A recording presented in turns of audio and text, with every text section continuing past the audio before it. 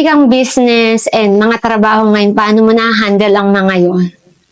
Siguro po kailangan lang po maging mentally, physically sa ginagawa mo po. Pero sobrang workaholic ko po kasi yung tao. Okay. Like, ayoko po na walang ginagawa everyday. Ayoko maging relax. Kaya po minsan pinapagalitan na po ako ng parents ko. Na, Ilang taon ka na nila tinuruan na mag-business? during pandemic lang po. Actually, yung coffee shop ko po, tinuyo ko siya pandemic. Like 2020. Yun po, and then tinuruan po nila ako. And then, yun nga, gina-guide ka nila. Yes po. Ano yung mga tinuturo nila sa'yo sa pag-business? Siguro po, nangyari, kailangan mo ng connections with other people and different kinds of people. Kahit anumang posisyon ng tao, kailangan may connection ka with them. Yan. Kailangan maging open ka sa lahat ng tao kasi sila hindi makakatulong sa'yo. So, yun yung tinuturo sa'yo ng parents Yes mo. po. Hindi ba nila tinuro sa'yo na magtrabaho ka after mong mag-graduate? Actually, plano ko din po yung mag-work sa big companies. Ano yung purpose mo? Bakit gusto mo pa rin mag-work? Kasi parang hindi naman po lagi nandun yung business eh. Like, you need to work also in your own.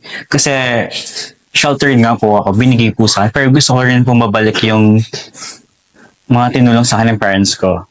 Yun po.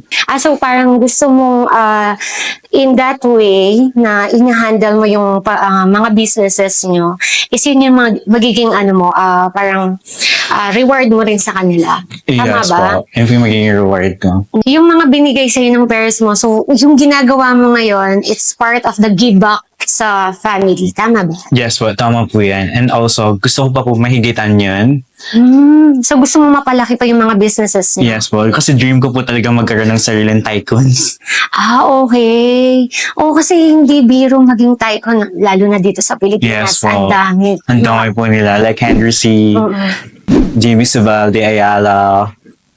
So, it all starts in a dream. And andyan yung mga parents and family mo na nakasupport sa'yo. So, makinig ka lang and ang gawin mo is continuous learning. Tama ba? Yes po, tama po eh. And ngayon, nag-aaral ka ba? Yes po. Anong course? Finance po. Finance. Bakit finance ang kinuha mong course? Kasi parang nakakayawan po pag finance. Kasi dream ko po pumasok sa big companies like JP Morgan. Yun po. Paano yun? Gusto mong mag-work. And then, paano yung mga businesses niyo? Hawakan ko pa rin po siya. Kasi I never stop learning po talaga and ayoko po talaga na walang ginagawa. And yung meron siguro sa company is the system. Yes po, the system. System na kung saan kahit may mga workshops ka, nag-ooperate sila.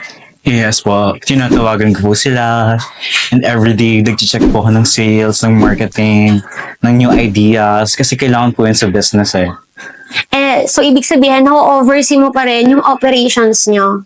Yes po. Kahit na nasa ibang lugar ka, Opo. katulad ngayon, nandito ka sa interview, you have the system. Meron po. Tama? Kasi pag ang isang business, walang system, hindi ka makakaalis. Yun yung mga tinatawag na business na self-employed lang. Na hindi mag-work yung business kapag wala sila. Tama po. So ngayon, yung system na meron kayo, you have the employees na tinrain nyo. And isa ka rin sa nag-train kasi marketing specialist ka, tama? Yes po, tama. Ano ginagawa mo as marketing specialist? Siguro po like yung editing Canva and kung paano po ibenta yung products. Ganun po. So ina-advertise nyo na through social media? Yes po, and in social media po.